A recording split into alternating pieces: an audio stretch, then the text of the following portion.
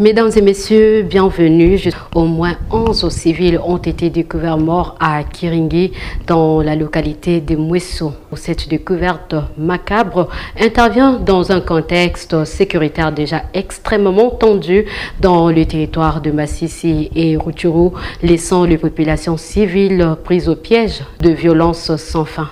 La directrice exécutive du Programme alimentaire mondial PAM en sigle, Madame Cindy Ansley, a effectué une visite ce mardi 27 mars 2025 à Beni, chef-lieu provisoire du Nord Kivu, venue témoigner de son soutien aux autorités provinciales. Elle a réaffirmé l'engagement du PAM à renforcer l'assistance humanitaire aux déplacés de guerre.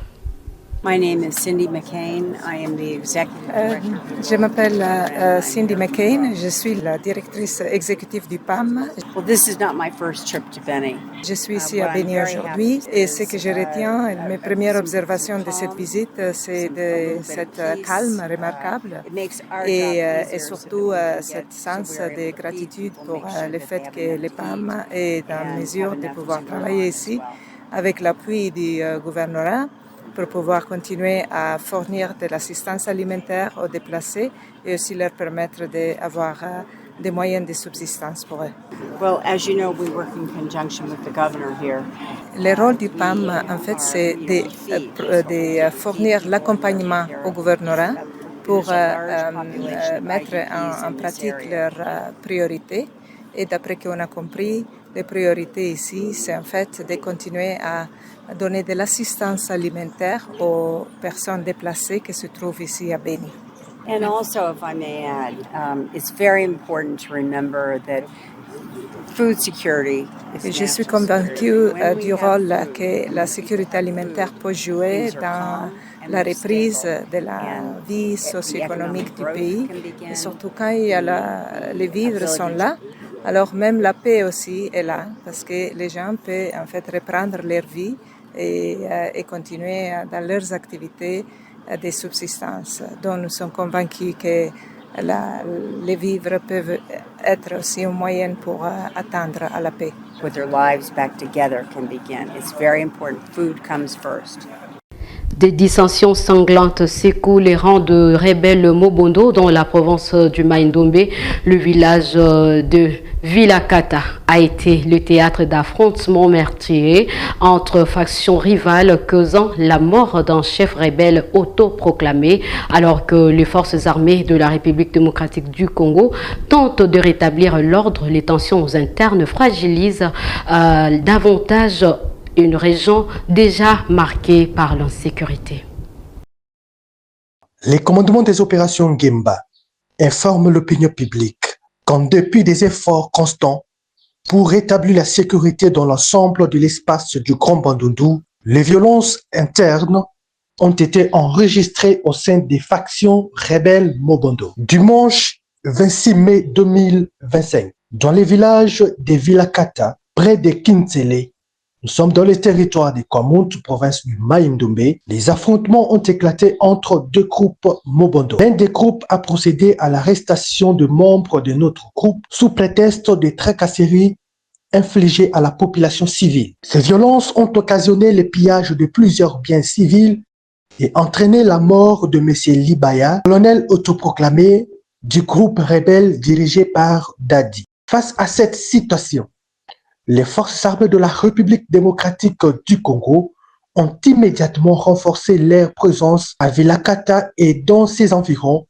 afin de protéger les populations civiles qui continuent de vivre dans un climat d'insécurité à la suite du retour des rebelles Mobondo dans plusieurs localités. Les commandements des opérations Kemba appellent la coordination nationale de la réserve armée de la défense RAD en cycle à accélérer les processus de désarmement et d'évacuation des combattants Mobondo déjà sortis des brousses. En cas de persistance de ces exactions, l'option de l'usage de la force n'est pas exclue. Par ailleurs, l'armée invite la population à collaborer avec les services de sécurité en fournissant toute preuve d'actes criminels, photos, vidéos, témoignages commis par le rebelle Mobondo.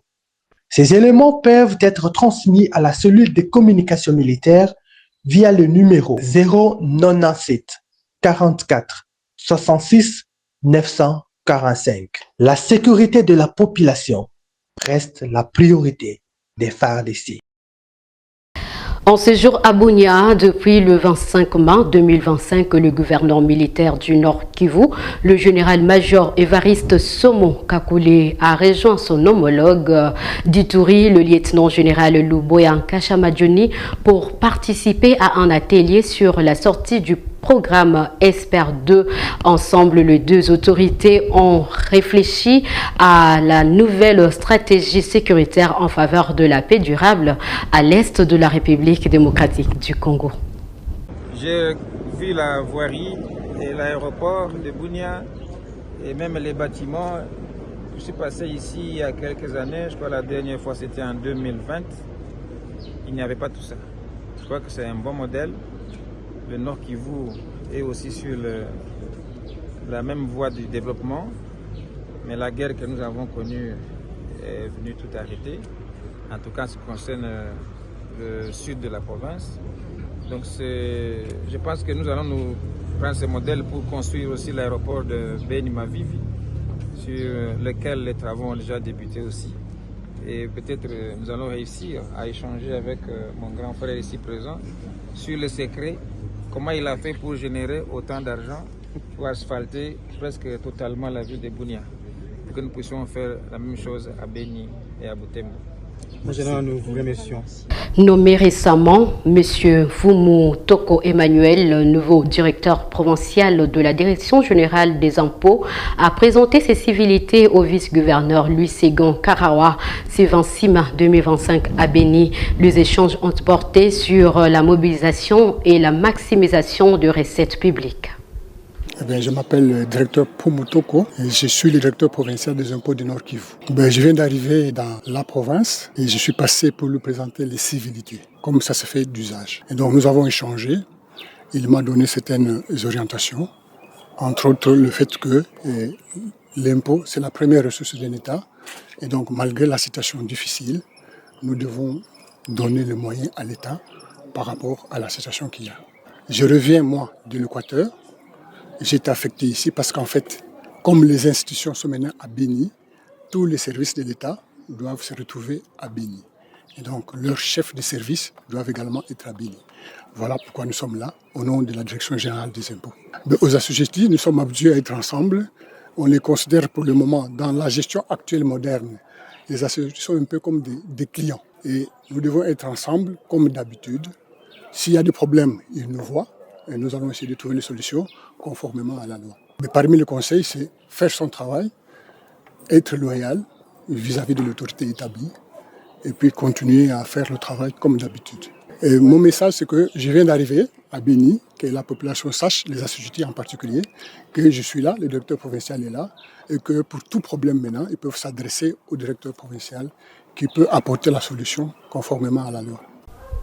Et poursuivons dans ce journal, le vice-premier ministre, ministre des Transports, Voies de Communication et Désenclavement, Jean-Pierre Bemba, a reçu ce lundi 26 mars 2025 à Kinshasa l'ambassadeur de l'Union européenne en République démocratique du Congo, Nicolas Berlanga Martinez, ainsi que l'ambassadrice des États-Unis, Lucie Tamlin, au cœur des échanges de l'évolution du projet du corridor de Lobito, infrastructure stratégique pour l'intégration régionale et les développements économiques de la République démocratique du Congo. En fait, on est venu s'entretenir avec le ministre du Transport, avec mon collègue l'ambassadeur de l'Union européenne, pour renouveler le soutien les États-Unis et aussi lui, il va parler pour les États européens par rapport au corridor de Lobito et aussi pour échanger par rapport aux prochains pas. Donc voilà, en gros, c'était le contenu de la... Vous savez, quand on parle d'un projet si stratégique, il faut aussi relativiser les temps. Et justement, c'est pour ça que Madame l'ambassadrice des États-Unis et moi-même, nous sommes venus ce matin. Il y a un travail qui a commencé depuis quelques mois et aujourd'hui, c'était pour continuer à donner suite. Et on va évidemment monter bientôt des progrès. Et ces progrès ont beaucoup à voir, pas seulement au développement, aux réhabilitations de la voie ferrienne, mais aussi à un projet de développement intégral de toutes ces parties du pays, à l'intervention du secteur privé. On est complètement ensemble avec les autorités en faveur de donner un rôle prioritaire au secteur privé. Il y a beaucoup de questions sur le financement, par exemple, avoir un cadre de financement plus ou moins stable. Ce matin, on a énormément avancé avec une requête que les autorités ont fait vers des banques publiques d'investissement. Donc, la réunion d'aujourd'hui, il faut l'insérer dans cette dynamique qu'on a commencé depuis quelques mois et que d'ailleurs, on a déjà une autre réunion prévue pour le 17 juin. Je dirais que les obstacles, il y a une forte volonté et certainement le vice-premier ministre, le ministre des Transports, le montre tout le temps qu'on s'est réunis avec lui. Après, je ne voudrais pas vous cacher qu'il y a des obstacles plutôt structurels. Par exemple, si on veut vraiment attirer des investissements privés, il faut améliorer, au moins renforcer le climat des affaires. Il faut aussi définir quel pourrait être le rôle de l'État dans tous ces grands projets. Un rôle régulateur pour laisser de la place aux opérateurs privés vraiment de pouvoir développer ces fonctions. Il y a aussi une autre fonction à laquelle nous sommes très fortement engagés, de nouveau, comme je vous ai dit. Quand on parle de ces parties, on veut désenclaver toutes ces parties du pays. Ce n'est pas seulement les transports des minerais. On va parler d'agriculture, on veut parler des infrastructures de base, on veut parler des télécommunications, d'énergie. Vous voyez, ce sont des discussions vraiment d'ampleur. Mais de nouveau, je voudrais réitérer le fort engagement de la part du ministre Bemba et que ça nous rassure et que ça nous fait progresser. Et il y a un dialogue qui a commencé de manière timide, mais maintenant on est en plein.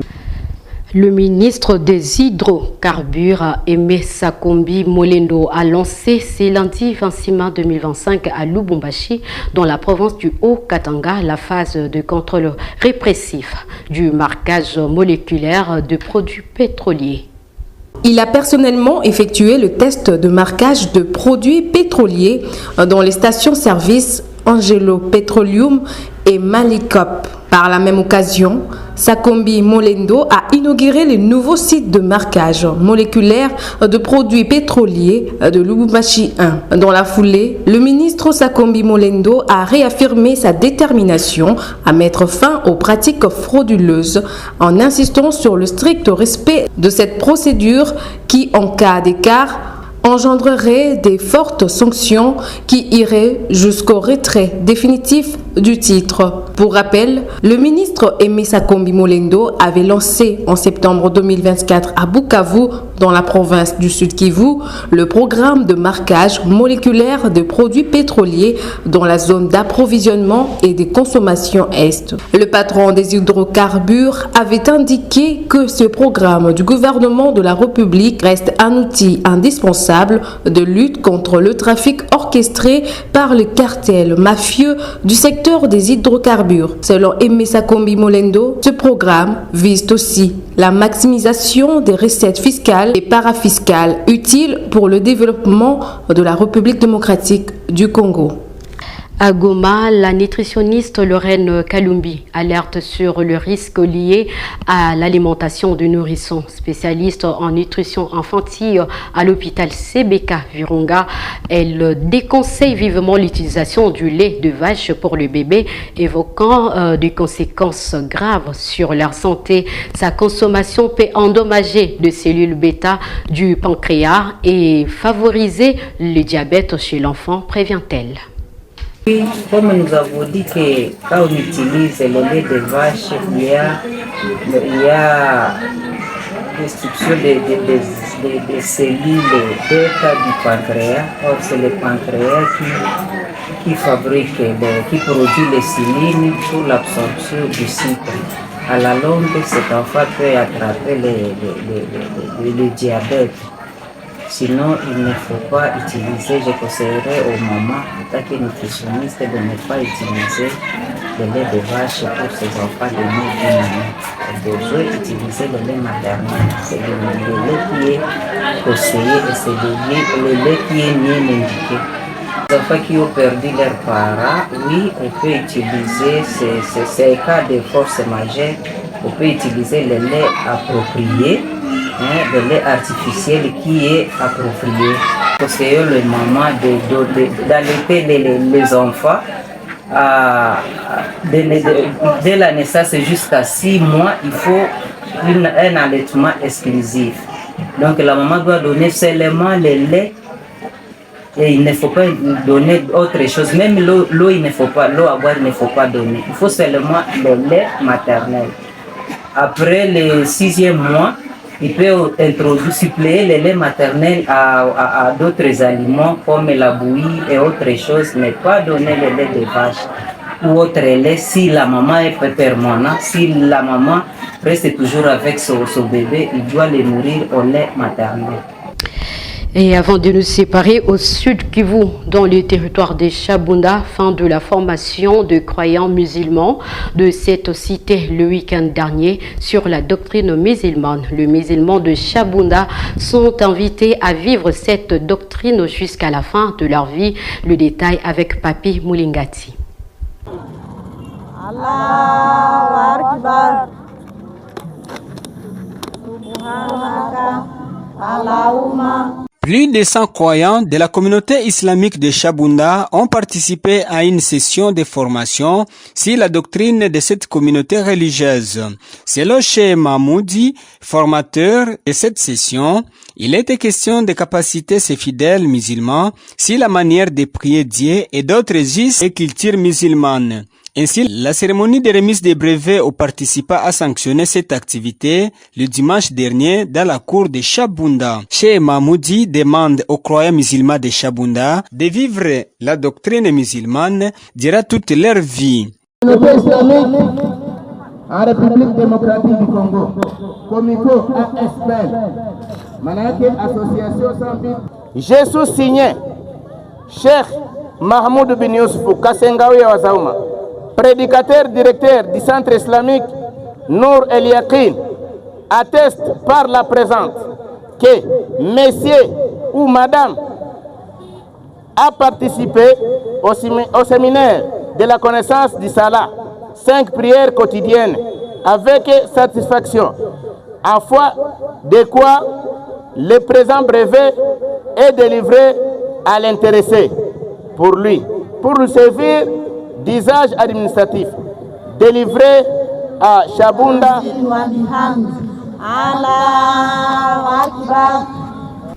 Et c'est la fin de ce journal, mesdames et messieurs. Derrière la caméra, c'était Merveille Moumongo, sous la supervision de Maurice Molila. À toute l'équipe rédactionnelle de Michapi Voice TV, chapeau à vous et à vous tous. Portez-vous bien, surtout bonne santé chez vous.